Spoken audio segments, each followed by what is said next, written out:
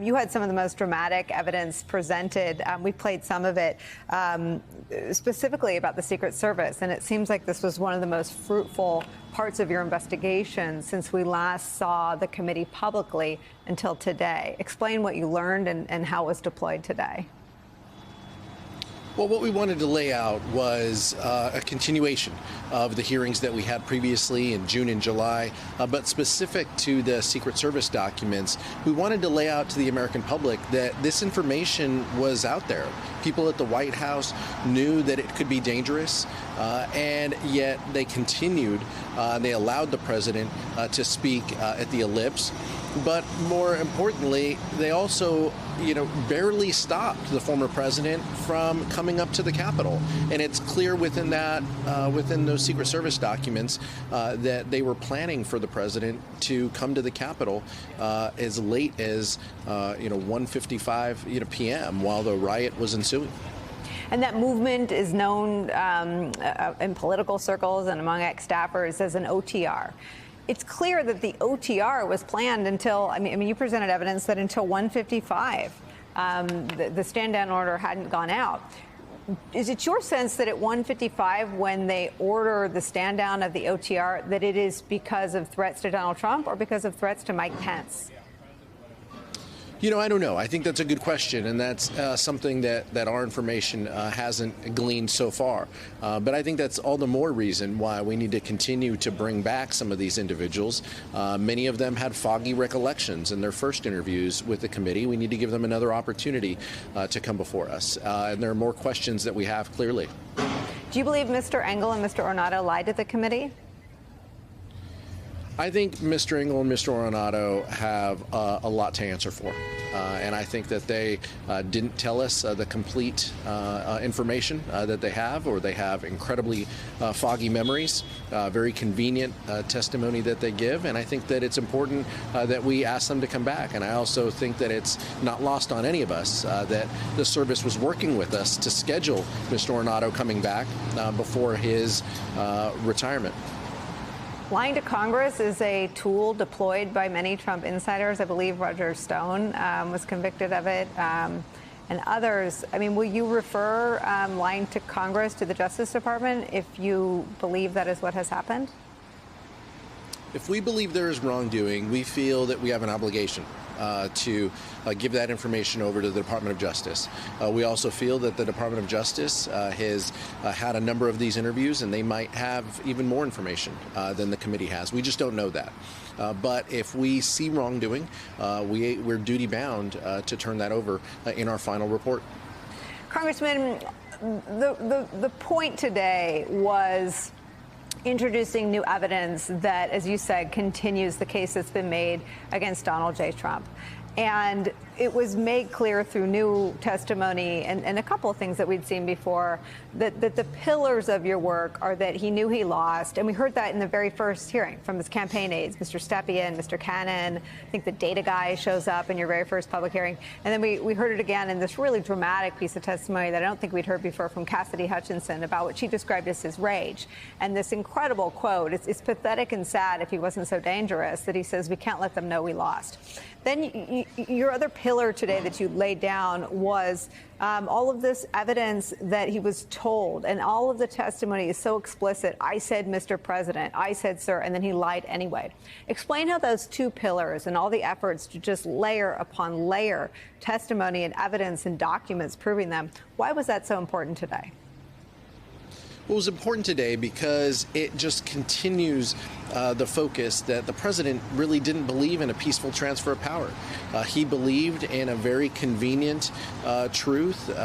He believed in having people around him that told him what he wanted to hear, or only listening to those folks. And everybody else was just noise, even though, as we clearly laid out, these people were telling the president that he lost, and it's just deeply unfortunate. But it all, and it goes to show, and why we took the step of issuing a subpoena is because all roads to this point have led to the former president being responsible, that he knew this information, that he continued to espouse and push forward the big lie.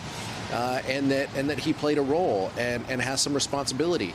And clearly, as we laid out, even Leader McCarthy said he had responsibility in some of those audio recordings. So, we feel that that's important. And so as we have gone through these 1,000, interviews, all roads have pointed to Donald Trump. And so it's important that the next step is to hear directly from him. There was a unanimous vote to subpoena the ex-president today. Was there any debate or discussion, or was this something that everyone agreed was important? And why now? Why not do this at the beginning? Our committee is 9 Democrats and Republicans who have all come together to put the country first and to talk about the importance of protecting democracy. There are always debates on everything that we do, but I think it's been a credit to the committee that everything we have done has been in lockstep together. And it's through the leadership of Benny Thompson and Liz Cheney that we have that ability. There's always discussion and debates, not about the substance, sometimes about timelines. But that's part of what being a thoughtful committee is about. And I'm just honored to be part of it. Why not subpoena Mike Pence? Well, we haven't closed the door on anything. I think that's important. I chaired the Pence hearing, and clearly there is information to be gained by the former vice president. He mentioned in New Hampshire. He opened the door, I think, to having discussions about that day. He did make his staff members available, who gave extensive interviews and live testimony to us. If there's information to be gleaned, I hope we can get it. We haven't closed any door, and we continue to want to seek the truth here. Congressman Jamie Raskin, I was going to say dangled, but he doesn't dangle anything. He teaches, so that's not the right word. But he mentioned in his presentation today, sort of I think maybe not obscure again to someone with his knowledge of the law, but it sounded obscure, and that was this idea that the 14th Amendment precludes anyone who's an insurrectionist from holding public office. Are you as a committee considering applying that to Donald Trump and passing a resolution to ban him from holding public office because you've laid out evidence showing that he's an insurrectionist? I'm not going to get ahead of Professor Raskin or the final report and what it could entail. But we've been very clear that it will have legislative recommendations within it, and we'll see what it is included. Well, I mean, that's not a no. And I guess my question extends to the 19 Republican members of Congress who were not subpoenaed, but they were invited to chat. None of them did. Ginny Thomas did. I mean, when you look at what you got and what's outstanding, how do you assess it? Well, what I would tell you is an overwhelming number of people have come forward and given us testimony.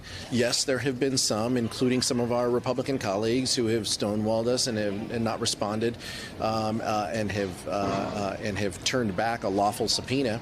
And there are some who have exercised their Fifth Amendment right, and we've shown some of that audio tape, not passing any judgment on them using their rights. But overwhelmingly, over 95% of the people who we have sought to talk to, we've been able to talk to. So that has laid the groundwork for where we are, and that we've been able to come this far and tell this much of the story of January 6th is really a tribute to all of those people following lawful subpoenas. And I hope the subpoena that we put forward as a result today is carried out as well.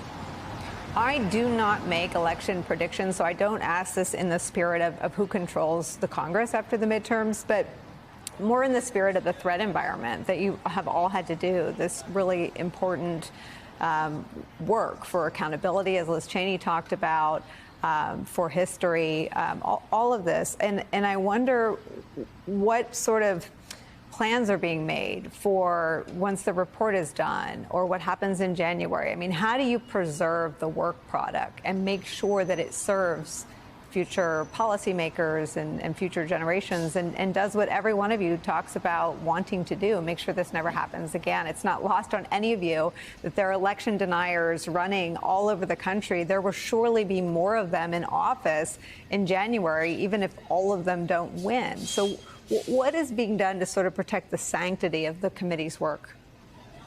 It's a fair point, and it's deeply disturbing that over 300 election deniers are on the ballot up and down across the states, across the country. And the work that we need to do needs to be to stamp out those who don't believe in a peaceful transfer of power and democracy.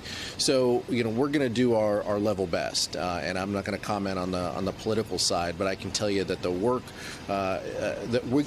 we are doing is not going to end when this Congress ends. We're going to have to work together to make sure that we maintain and protect our democracy. If there are any recommendations that we can't get done, we have to continue and pick up that baton and carry that mantle. Whether I'm serving in Congress, serving in the majority and the minority, that will continue to be something that is a priority for me and many of the colleagues that I choose to work with each and every day, Democrats and Republicans.